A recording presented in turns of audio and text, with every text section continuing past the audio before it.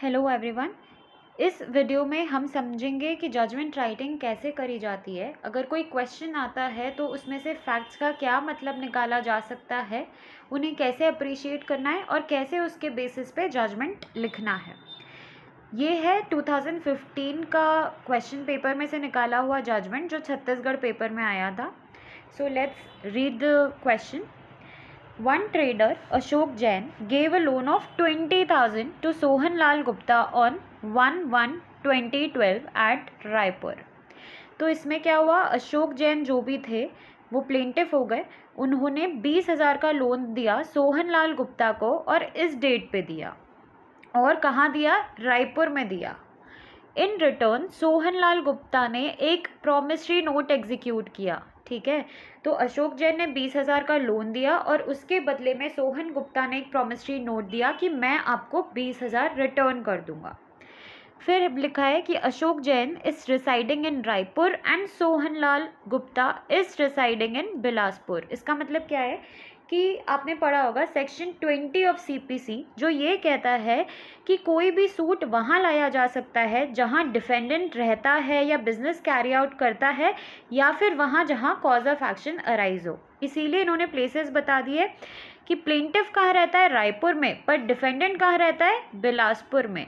तो एक जगह जहाँ सूट फाइल हो सकता है वो बिलासपुर तो है, पर क्या रायपुर भी वो जगह है? वो हम देखते हैं।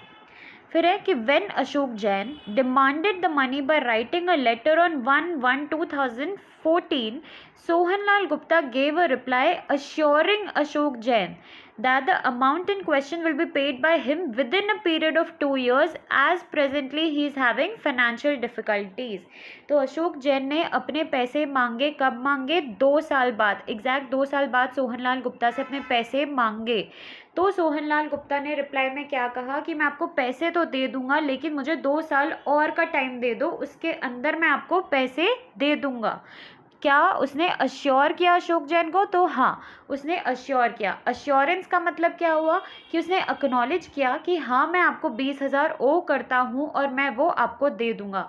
एक्नॉलेजमेंट से हमारे दिमाग में कौन सा सेक्शन आता है?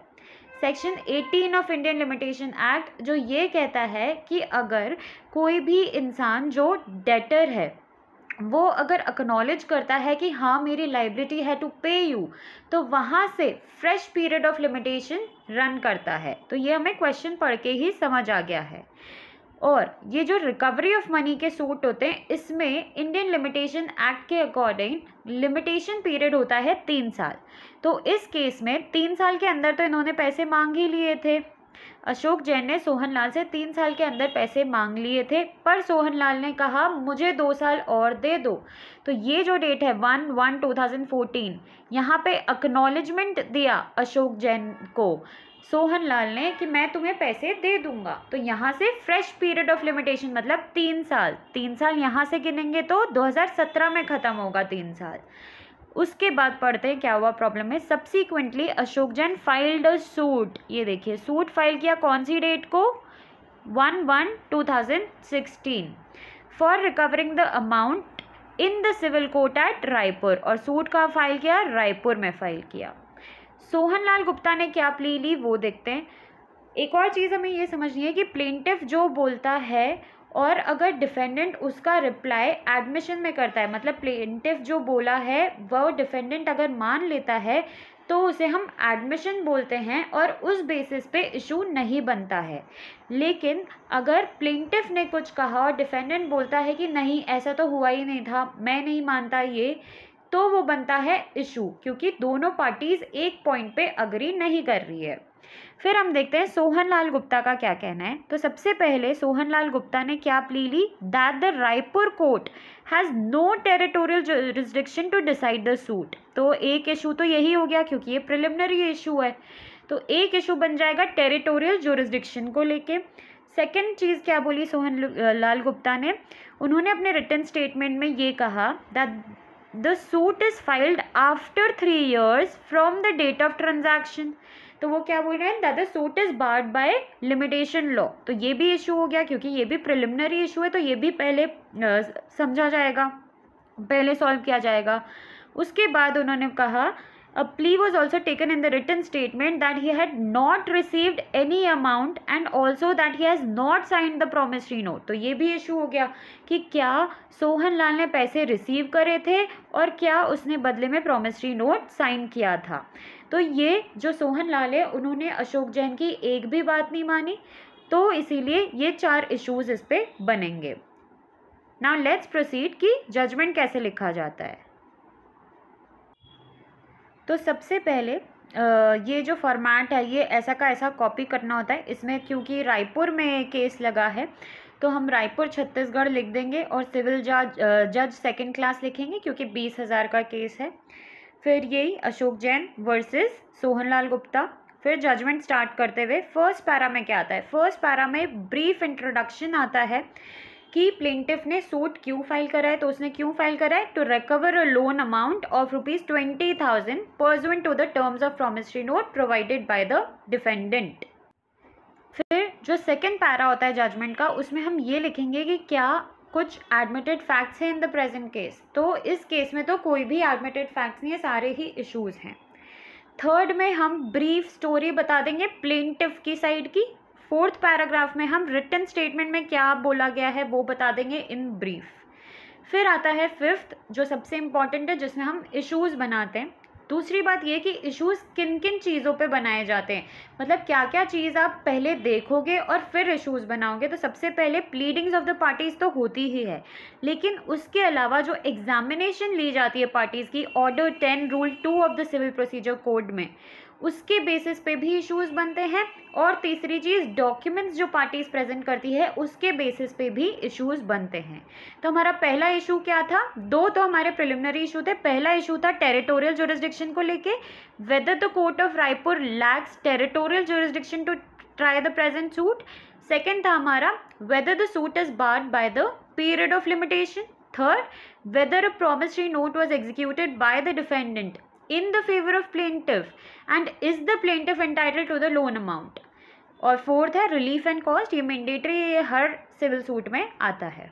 फिर सिक्स्थ पैरा से हम करेंगे डिटर्मिनेशन ऑफ इश्यूज, 1 बाय 1 हम इश्यूज में चलेंगे। तो फर्स्ट इशू जो हमारा टेरिटोरियल ज्यूरिसडिक्शन को लेके था, तो उसमें हमने ये कहा है कि क्योंकि लोन अमाउंट रायपुर में ली गई थी तो रायपुर ही एक ज्यूरिसडिक्शन होल्ड करता है, इवन दो बिलासपुर भी होल्ड करता है पर रायपुर भी करता है।